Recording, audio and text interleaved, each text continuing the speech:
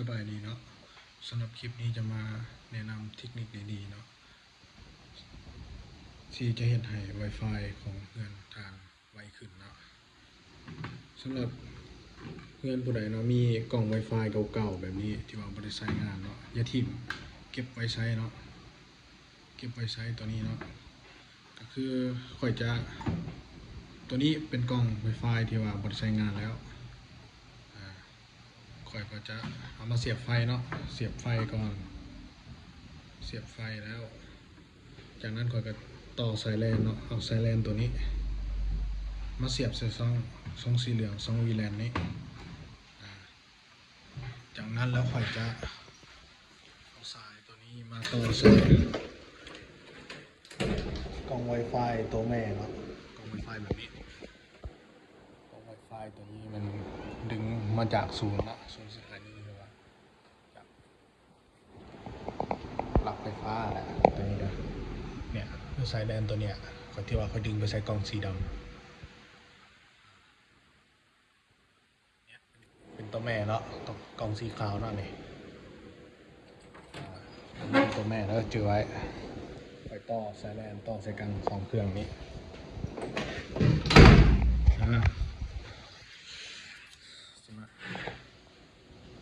นี่เนาะกล่องสายแลนเนี่ยกล่องสีขาวตัวนี้มัน Wi-Fi ตัวนี้เนาะซื้อ Wi-Fi ตัวนี้สำหรับกล่องสีดำเนาะก็จะเปิดไฟเนาะเปิดขึ้นมาใช้งาน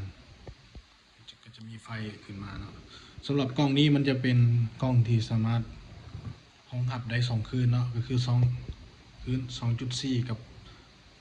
คืน5 กิกะเฮิรตซ์เนาะส่วนกล่องแม่กล่องสีขาวที่ว่าถ่ายให้ก่อนนั้นมันสามารถรองรับแต่คืนเดียวก็คือสัญญาณ 2.4 เนาะซึ่ง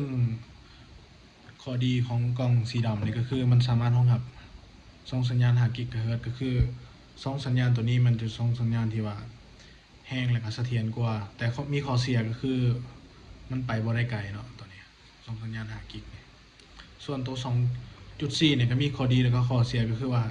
มันจะไปไกลกว่าเนาะสัญญาณไปไกลกว่า5 กิกะเฮิรตซ์เนาะแต่ว่าข้อเสียก็คือมันจะบ่แห้งซ้ำตัวนี้และมันก็มีคลื่นรบกวนเนาะสำหรับเพื่อนผู้ใดมีคนที่ใช้ Wi-Fi หลายเนาะหลายเครื่องเนาะเสื่อมโทรศัพท์หลายเครื่องจนว่ากล้องแม่มันเต็มเนาะแล้วเราใช้วิธีนี้ได้แล้วก็ถ้าเพื่อน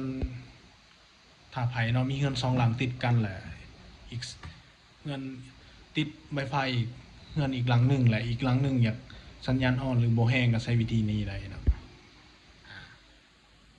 นี่เขาจะมาเทสเบิ่งว่าตัวนี้สัญญาณกล่องสีขาวอยู่น้องเนาะคือกล่องแม่กล่องลักเลยตัวนี้ซึ่งตัวนี้มันกล่องที่ค่อยต่อพ่วงมาเนาะต่อผ่านสายแลนมาเสียบใส่ตัวนี้เนาะเนี่ยค่อยเชื่อมแล้วเนี่ยค่อยจะเทสความไวนำกันเทสความไวเบิ่งว่ามันจะแตกต่างกันหลายปานใดเนาะเขาเทสสปีดเทสเนาะตัวนี้มันใช้สัญญาณ Wi-Fi ของเครือข่ายหลักเก้าเนาะกดเลยกดสปีดเทสเลย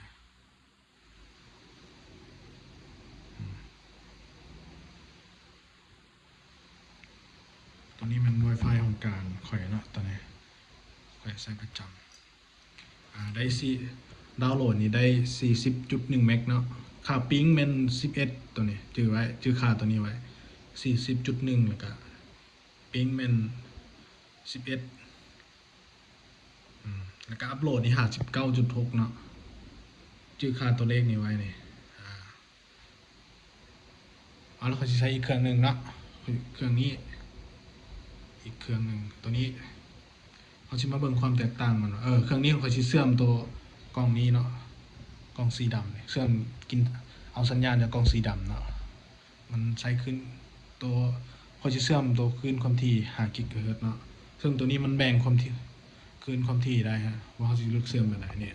มันจะขึ้นมาเวลาเราเสียบสายแล้วเนี่ยส่วนตัวนี้มันเนี่ยมันจะมีตัวหนังสือขึ้นมาเนาะตัวนี้เป็นแม่นขึ้นความถี่2 กิกะเฮิรตซ์ธรรมดา 2.4 กิกะเฮิรตซ์ธรรมดาส่วนตัวนี้มันจะมีคำว่า5 กิกเนี่ยแม่น5G เด้อ5 กิกะเฮิรตซ์เด้อตัวนี้เขาจะเชื่อมตัวนี้เพื่อเขาจะเอามาเปรียบเทียบกันเนาะว่าตัวนี้ว่าตัวใดไวกว่า เสื่อมแล้วเนี่ยของตัวนี้ปล่อยออกมาบ่เนี่ยออกมาแล้วก็จะแท็บสปีดคือกันเลยเห็ดคือกัน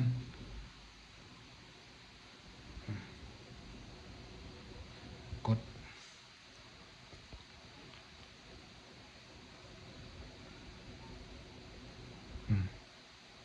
มันความแตกต่างของ2 คลื่นความถี่เนาะความไวตัวนี้วิธีนี้มันก็เหมาะอีกกับการเล่นเกมเนาะการเล่นเกมมันจะเฮ็ดให้เกมบ่กระตุกแล้วก็กระตุกน้อยลงแล้วก็เฮ็ดให้มันภาพมันก็ราบรื่นกว่านี่ขึ้นเนี่ยแตกต่างกันหลายจาก41 40กับ92ค่าปิ๊งก็ต่างกันจาก11ตัวนี้11ตัวนี้9เนาะส่วนตัวเองค่าเกมนี่ค่าน่วงนี่ตัวสัญลักษณ์ของเกมนี่ก็ต่างกันเนาะตัวนี้มันแอปตัวเดียวกันเด้อตัวนี้181ตัวนี้ตัวนี้103 40ตัวนี้300ต่างกันหลายสำหรับใครอยากเอาวิธีนี้ไปใช้กันลองเฮ็ดบ้างเนาะตัวนี้แม่นค่อยบ่ได้สำหรับกล้องตัวนี้แม่นบ่ได้คอนฟิกหยังเลยเนาะมีแต่ซุบสายแลนเข้าแล้วก็เปิดไฟแล้วก็มันก็ใช้งานได้เลยตัวนี้เฮาติ๊กเข้าไปแล้วมันก็เสื่อมเลยตัวนี้สำหรับเป็นกล้องรุ่นอื่นเฮาอาจจะได้เข้าไปคอนฟิกอีกต่างหากคอนฟิกผ่านเว็บตัวนี้แต่ว่าผ่านข้อมูลตัวที่ว่าอยู่หลังกล้องนี่ก่อนที่เราจะคอนฟิกเราก็กดรีเซ็ตก่อนเพื่อให้ค่าเดิมมันคืนมาก่อนคืนมาแล้วเราก็จากนั้นเราก็มาเสื่อมเนาะเสื่อมแบบนี้แหละเขาไปเสื่อมแบบนี้แหละเสื่อมนี่กดเข้าไปเสื่อมแบบนี้ให้มันขึ้นแบบนี้เสื่อมแล้วเราก็เข้าไปที่อันนี้สำหรับคอนฟิกเขาต้องเข้าตัวขึ้นอันตัวนี้สำหรับกล้องนี้มันมี2ความถี่เนาะถ้าจะเข้าคอนฟิกมันเขาต้องเข้าไปเสื่อมตัวขึ้นความถี่2.4ตัวนี้2.4เสื่อมตัว2.4ตัวธรรมดาเนี่ยพิมพ์เขาเลยว่าเนี่ยใต้กล้องมันเขียนว่าตัวนี้มันเขียนว่า IP 192.168.0.1 192.168.0.1กดเข้าเบราว์เซอร์เนาะเพื่อให้เข้าใจเข้าเบราว์เซอร์เข้าโคมเข้าเองก็ได้ที่ว่าเป็นเบราว์เซอร์หรือว่าเป็นเบราว์เซอร์ของมันเองก็ได้เนี่ยคือข่อย192กี่นี่ถึงแล้วนี่อยู่ใส่นอโครมนี่เดียวกันเลยนี่กับตัวนี้พิมพ์ IP ตัวนี้เข้าไปเนาะในช่อง URL มันนี่มันก็จะได้แบบนี้เนี่ยมันถามมีว่าแอดมินแล้วก็มีพาสเวิร์ดเนาะเราก็มาเบิ่งอีกหลังกล่องมันมีมันยังตัวหลัง IP มันusername เป็นแอดมินเนาะส่วนตัวพาสเวิร์ดมันบอกว่า devil feedback blank เนาะมันบอกกดเลยกดล็อกอินเลยแบบบ่ได้ใส่ข้อมูลหยังตัวนี้พาสเวิร์ดกดล็อกอินเข้าไปเลยเนี่ยเข้าสู่หน้าต่างของคอนฟิกเขาตั้งรหัสผ่านตั้งหยังแหละตัวเนี้ยกำหนดว่าข่อยอยากใช้เฉพาะกล้องลูกมันเนี่ยข่อยอยากใช้คนเดียวข่อยก็ได้แบบนี้นะตัวเนี้ยซึ่งหน้าต่างกันคอนฟิกมันก็สิต่างกันเนาะต่างจากต่างรุ่นต่างยี่ห้อขึ้นกับกล้องอันนี้ว่ามันเป็นยี่ห้อใดตัวนี้มันยี่ห้อD-Link เนาะมันจะมีมันก็จะเป็นแบบนี้สิง่ายเนี่ยรุ่นนี้ส่วนของหมู่เพื่อนที่ว่าอยู่เฮือนที่ว่าเป็นกล้องเก่ามันอาจจะเป็นตัวอื่นก็ต้องขึ้นตามสภาพเนาะแต่ว่ามันก็คล้ายๆกันนี่แหละขึ้นกับสังเกตตัวนี้เฮาเสื่อมเดี๋ยวเฮามาสังเกตเบิ่งตัวหลังนี่ต้องห้ามลึกตัวนี้คันตัวนี้ลึกนี่เฮาบ่ฮู้วิธีเข้าเว็บเข้าหยังเลยนี่เข้ามาคอนฟิกแบบนี้เฮาบ่ฮู้วิธีเข้าเลยนี่สำหรับคลิปนี้ขอจบเพียงเท่านี้เนาะขอบใจทุกคนที่รับชมนะฝากกดไลค์กดติดตามไว้เด้อ